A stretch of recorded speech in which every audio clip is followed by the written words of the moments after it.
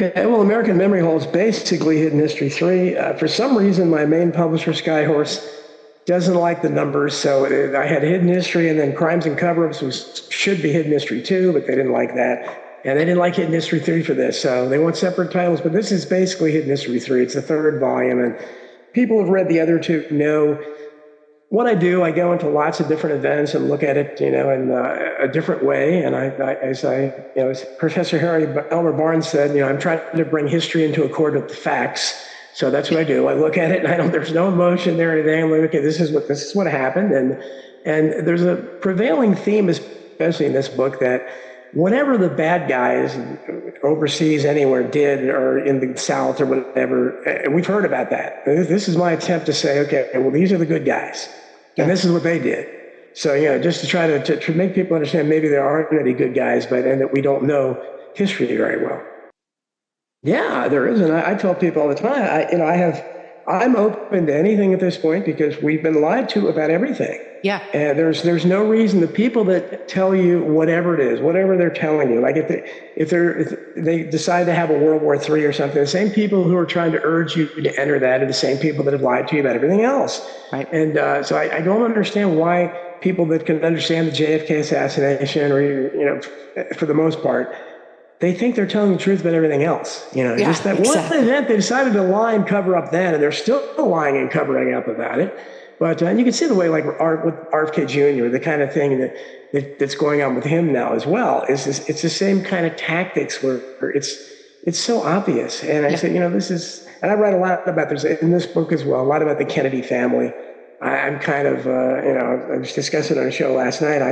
I think I'm trying single-handedly to resurrect Joe Kennedy's career, old Joe Kennedy, because I think his reputation, he's been treated terribly, but all the Kennedys are, and you can see what's happening where, like, his daughter came out and talked about them, some bizarre story when she was a little kid that he cut the head off a whale and put it on it's like, it didn't even make it, and they put bags on their heads, like, if he really did that, maybe he doesn't have a worm in his bread, but that made no sense. But why would his daughter, how would you feel if you're running for president and your daughter decides to share that story publicly? It's like, I don't know. But that's the kind of thing, I think we have to be careful of, that the same people that are analyzing these people, the same thing with, like, look at the candidates now, and they're talking about Vance as opposed to Walz and everything. There's agendas there, and what's weird in one case isn't weird in another. And like people were talking about I guess Walz has a child that has something, I don't know, some kind of developmental difficulty, and was crying at the convention or something. And I said, yeah, that's terrible. And of course, I would never make fun of that, but I remember when Sarah Palin was running, and she had a son with Down syndrome, and every comedian, everybody on the left made it part of their act. Yeah. And I said, so be consistent, Yeah, I'm glad you brought up the Trump assassination. I just wrote about that on Substack recently, and it's like, you're right. It was perfect for my book, The American Memory Hole, because it went down the memory hole. And I said, nobody's talking about this. Trump isn't talking about it. The other side didn't think it happened. I said at the time, they wanted to put people like me and others in prison that questioned other events. Right. That said they were fake. Alex Jones was prosecuted over and over again for that. But this one, I said, they finally found an event they think was fake. And I was getting texts from people that said, well, I hope you're going to look into the Trump fake shooting. I said, now you believe they're fake shootings. I understand. You saw fake blood and fake crisis actors and stuff. So it depends, again, on which way you're looking at it. And with Trump in the middle, today's politics is you can't analyze anything without factoring him in, because he's just the giant lightning rod there. And you can see how people react when they're so to the point where they want to criminalize somebody questioning other events and saying things like that. But because this guy's involved, they can't accept the fact that he could possibly have been shot at. I know, it's unbelievable. Well, we are, and you're right about just the Epstein thing, or any Seth Rich, you pick your choice, anything, or JFK Jr., any of the things I write about, any of those events, if they could be exposed for the lies that they are, right, it would have a domino effect. And I mean a domino effect backwards and forward both, because these things are connected. JFK Jr. is obviously connected to the previous Kennedy assassinations. And but that's why they have such a vested interest in it. And in my book, Crimes and Cover-Ups, which is basically Hidden History 2, I talked about how I was communicating with people like John Wilkes Booth's great-great-great-granddaughter, who later canceled me, by the way. I think she had Trump's arrangement. I don't know, but suddenly she was gone. But she was nice when I talked to her. But and the Booth family, have been trying for a long time to get the body that's buried in Baltimore and Greenmount Cemetery exhumed, because there's big controversy that it wasn't the real John Wilkes Booth. Now, again, that's something that you're talking about 150 years ago. Has nothing to do with today's politics. If they discovered it wasn't John Wilkes Booth, it wouldn't really, people kind of shrug probably, but they're that committed to these narratives, right? That the National Park Service is blocking them. They won't let the body be exhumed. And going back farther than that, Meriwether Lewis, you're talking about the early 1800s. His family, again, I talked to his great-great-great-great-grandnephew. They think he was murdered, that he didn't commit suicide. So they don't want that stain of suicide on their family. And again, the National Park Service, I mean, that would really that would be nothing in today's politics. But they're so committed to the lies that they can't admit that they ever make any mistakes. And that's why when people talk about COVID or something I call the greatest psyop in the history of the world, they're never going to admit they committed so much to that and demonized so many people. They will never, ever admit they're wrong. And so many people bought into it. They don't want to show how stupid they were. So, and that's the problem with a lot of these people too. Whatever it is, because they bought these lies, they're never going to. I mean, believe me, I used to teach a course in. Unbelievably enough, my adult education program here let me teach a course in Oliver Stone's JFK for a while, and I stuck the easiest job in the world. That we show the film and I'd stop and comment on it, but every one of my classes I would have a lone nutter in there. And I don't know if they were plants or what, but I couldn't convince them. And I know as much about that event as anyone. And I would have before I caught that, I taught another class with a PowerPoint presentation. I put up all the undeniable evidence that shows Oswald couldn't have done it. And I would still have like young people arguing with me. And I realized, wow, I can't get through that kind of indoctrination. There's nothing I can do, because I'm showing them all the evidence here. I'm being as logical as I can, trying to be as persuasive as I can. And you can't do it. So I think it's a hard thing to accept, but I think we have to accept that, especially after COVID, that there are millions, 50, 60, 70, however many millions of Americans that we just can't convert. And that's why the 70, 80 million or so that are awake to some degree have to come together. But even that's hard. You can't get them to do that. But because these lies are so strong, and especially when they come one after the other, you might be able to get somebody to believe one thing, but, oh, come on, I hear all the time, you think everything's a conspiracy. I said, well, yes, I do, because we're being run by conspirators. So I said, why would they do anything differently? This is their standard operating procedure. Do you think that, would somebody say that about the mafia? Because this is organized crime on a grand scale. Would you say, well, the mafia, but sometimes they're okay. They're not going to do that. It's like, what? These people, because at least the mafia had ethics. They wouldn't mess with children. They would go to mass afterwards and everything. And they had some kind of twisted thing. But these people don't. No, we're not running anything at all. But it's become just an absolute joke. But I talk about a lot of times when people think there's, and I don't know what the name of the group. People they want to say one group or another runs things. I don't know who's. It could be a supernatural thing. It could be the Illuminati that people talk about it. But there's something above it all. There's no question. Oh, yeah. You can see that, because in my books, in my hidden history books, all of them, I find these quotes from all these figures throughout history, up through Bill Clinton, people like that all talk about they know they're not in charge. Their power's behind the scenes. They know it. JFK was the last president who thought he was in charge. And you saw what happened to him. Since then, they all know. I don't think Donald Trump thought he was in charge. But when there was a guy named, I'm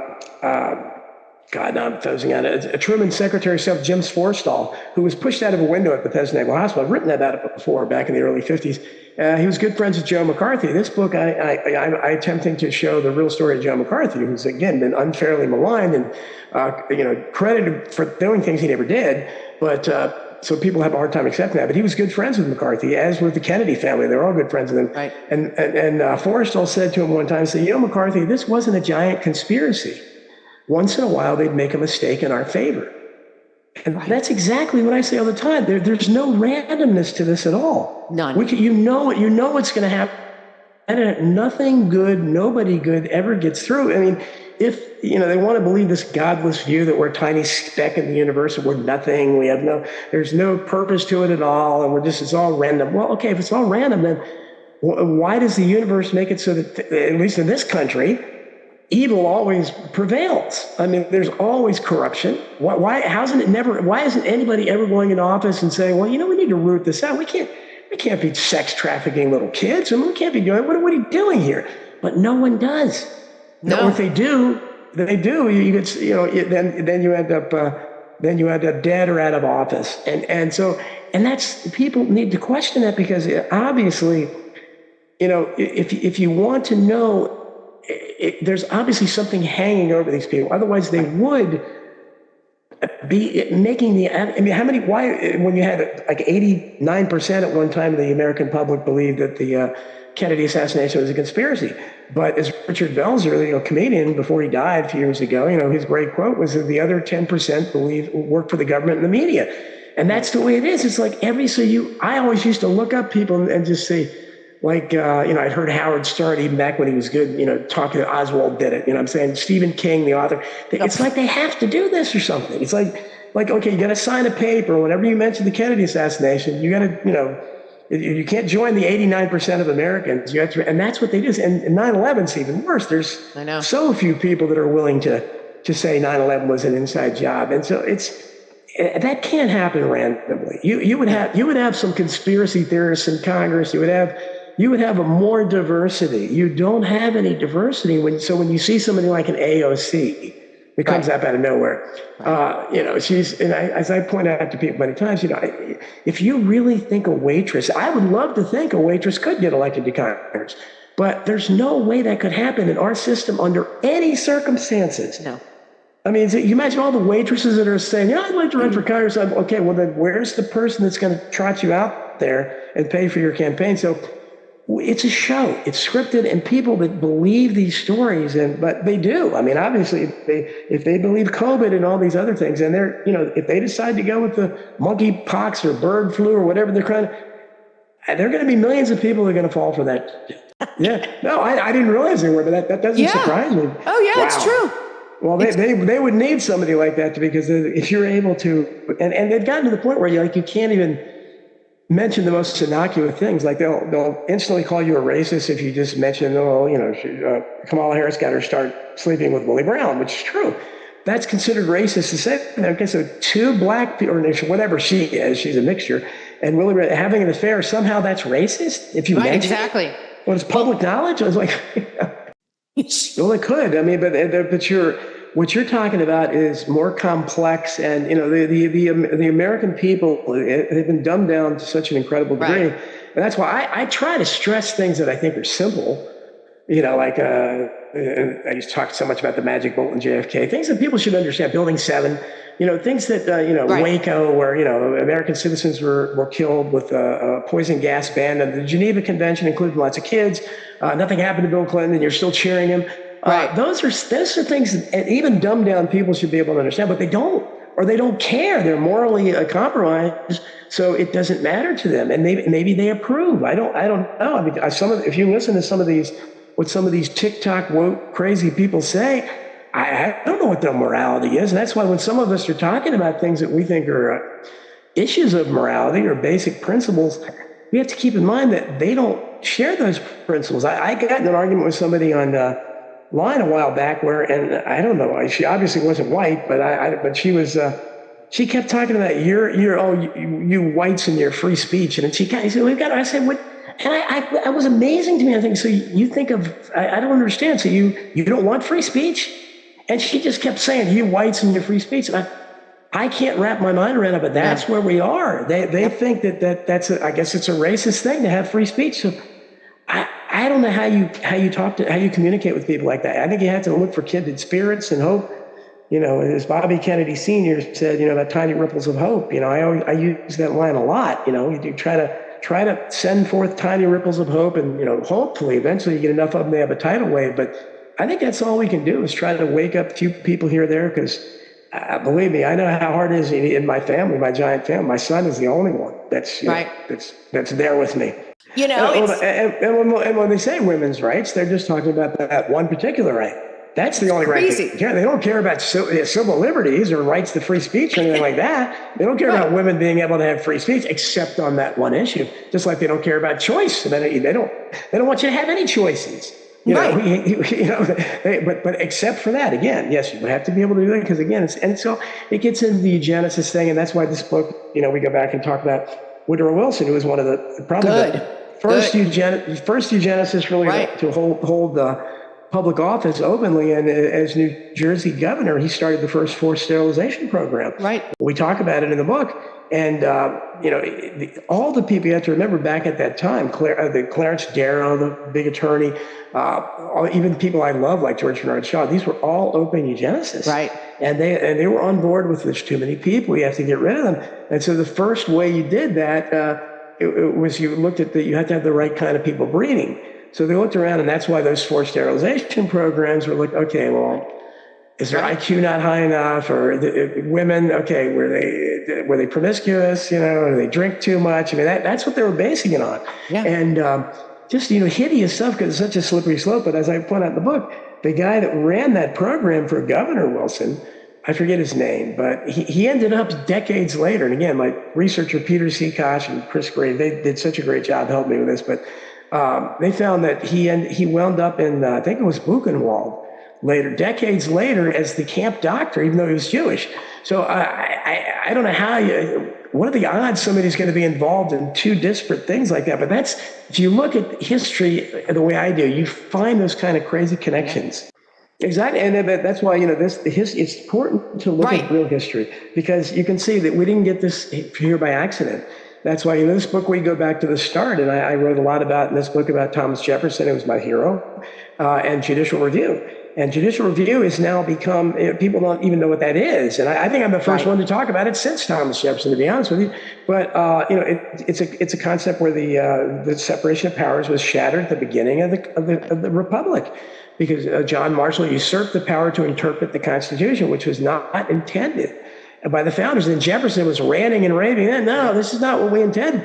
Right. And that was it. It's gone. And so now you have both sides for decades now. They wait and say, okay, let's get it to a friendly federal judge.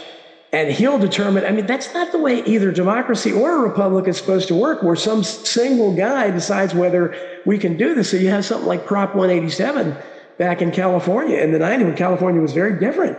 Passed overwhelmingly, where it was solved illegal immigration, because the whole idea was it was saying if you're an illegal, you can't get any government benefits, which should be obviously very sensible. Right. It passed overwhelmingly. It went to a federal judge, and he overturned it. That was it. That's the will of the people was thwarted.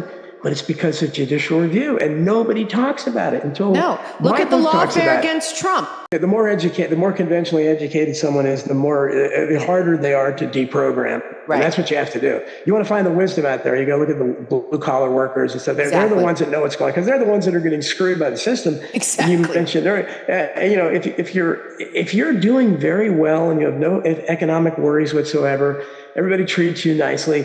You're going to think the system's great. Right. Like Hollywood. Yeah, exactly. So, why would anybody in Hollywood rock the boat? They've got the greatest thing in the world going. And although they've killed it with COVID, apparently, because, I don't think Hollywood's ever going to come back. But I don't, and I wrote a book, Survival of the Richest, when I talked about the rigged economy and against the workers and everything. And people don't realize that, half this country has nothing. 50% of the people, 50%, bottom 50% have less than 1% of the collective wealth. Nothing.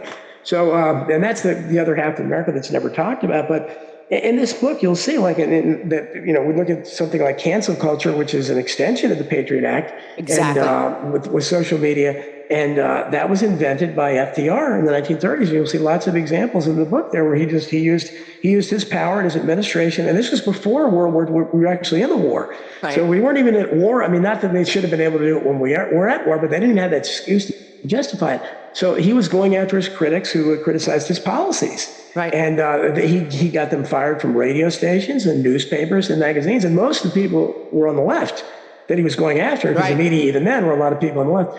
And so people see that, and and that's why, when you look at somebody like him, and then you go flash forward to McCarthy, who the antithesis of that has been demonized to where he's a word in the dictionary. Now, again, the American people are so stupid.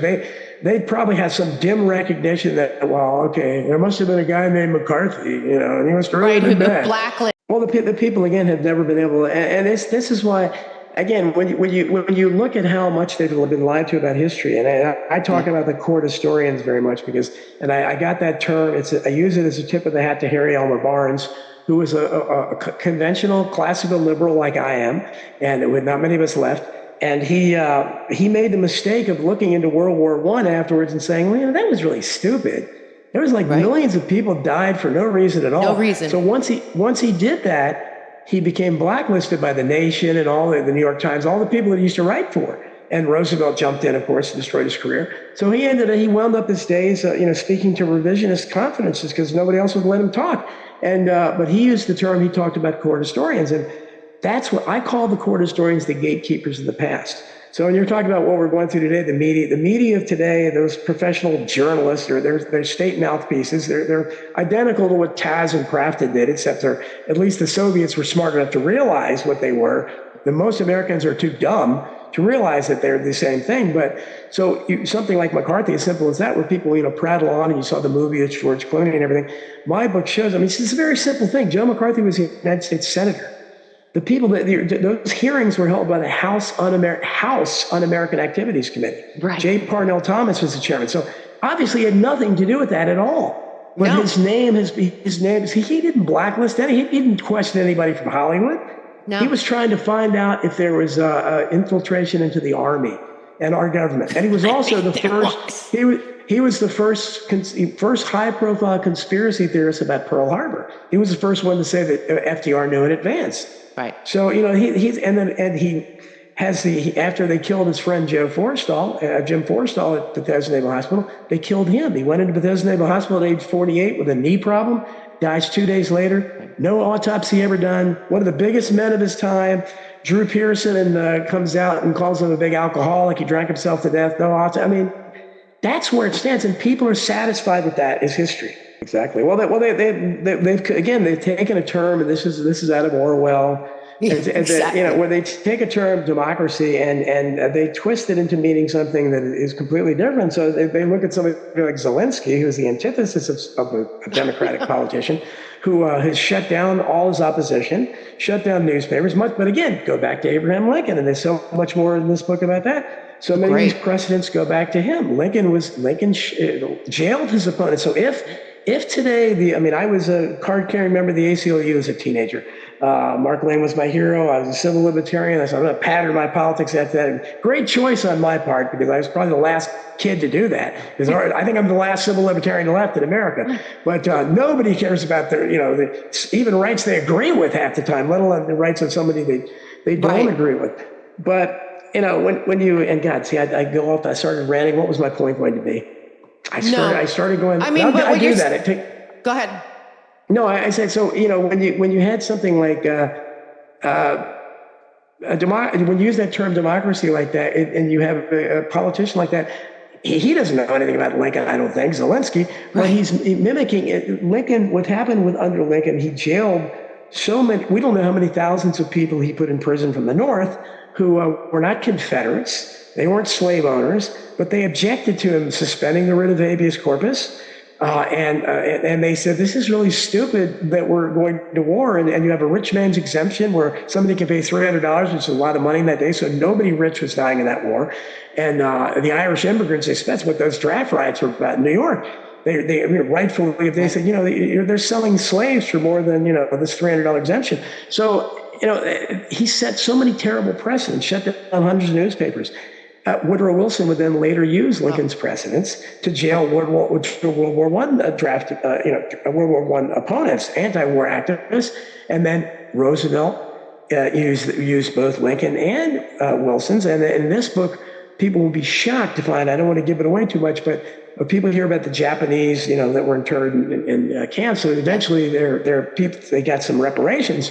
But they were also German Americans. There were also Italian Americans. They got nothing. Oh, yeah. And in this book, you'll be shocked to see what the government did with billions of dollars of property from these people. I mean, you talk about outright theft, but again, that goes back to the Civil War when the Union Army was running a grift operation. And we know I published a letter of a Union soldier talking about it to his family, saying, General Sherman has enough gold and silver to start his own bank. They were robbing every home, all these plantations that they're going through, these terrible racists. They were very wealthy. So they took all the jewels and they raped all the women. They did all, this was their great victory. These are good guys. And that has been a constant theme ever since then in every American war. I talked about it, World War II, where the greatest generation was sending Japanese skulls home as trophy victories to their families. So this has been, serial killers do that, but apparently, military troops do as well. So these are the things that when people say the good guys, I don't know where the good guys are, but they're not doing things like that. And people hate to hear that. Yeah, I know lots of people's relatives died in these wars. And that doesn't, mean I don't feel bad about that. But that's why when Trump, he didn't even make those comments, but when he made those comments about losers and suckers about that, if he made the comment at all, it was completely twisted out of context because he was making the point that, they died for nothing. Yeah. Which is exactly the truth. They died for nothing, but people, he disrespected them. So, that's why one of my good friends is Cindy Sheehan, the international peace activist. We become really good friends. She's wonderful, and they couldn't buy her off. And she was a cause celeb with the left during the Bush administration. Right. Because she knows how much I like Jackson Brown. She goes, Jackson Brown was my friend, and she knew me, and she wanted me to introduce him. And everything. But as soon as Obama became president, and continued doing it, and she kept criticizing him, they all turned their back on her. Of course. Yep. Yeah, exactly. And that's what I said, when people talk about it, whoever their favorite demon is that they think is in charge. I said, it doesn't matter who's in charge. The point is the people that rose to that leadership position, especially, they don't have to be bribed. They don't have to, they could stand up. Yeah. They could be profiles in courage. And, I talk a lot about that. JFK's book. We don't see, I think Thomas Massey in Congress is right now is about the only one I know that I think is the best. But we need, 400 of him. I know. And we have one. I'm sure they're targeting him for defeat. I don't know if they'll get him out of there, but they're going to do everything they can to do it. Exactly. And that's we are the problem. Saul Alinsky, I'm sure you know this, but in his book, I was a Rules for Radicals. He dedicated his book to Lucifer, right? Yes. Yes. Hillary Clinton wrote him a fan letter. Well, I'm sure. But as an aspiring Satanist yourself, but this is when you tell people they look at you like you're crazy. So I said, okay, these are things you can say that's look up the book. You can see he did dedicate it to Lucifer. Why would a human being who doesn't believe in this mythology and stuff, why would you dedicate it to Lucifer? I know. You'd laugh at him if he dedicated it to Jesus. Why would you dedicate it to him? So those are the kind of things, and I wrote a lot about Bernadette Dorm and the guy that Bill Ayers, and in Hidden History, and it has to do with Obama's incredibly murky background, and all that led to the birther thing because again his college records are secret. He doesn't have a past. I know. So he does not have a past. So that leads to everything. That leads to the birthers. That leads to Big Mike. All that stuff comes out of the fact that he doesn't have a past. And I quoted in Hidden History, the big time history professor said, I've taught. He's been a political science instructor there for decades, and he said, I've taught every major politician that came through Harvard here as a student. I don't remember Barack Obama. Well, you can find it anywhere books are sold. It's not like Masking the Truth. They're not censoring it. So buy it while you can. That's the only one you can't buy. But but I am being shadow banned everywhere. So they could. You can still try follow me on Twitter at Don Jeffries.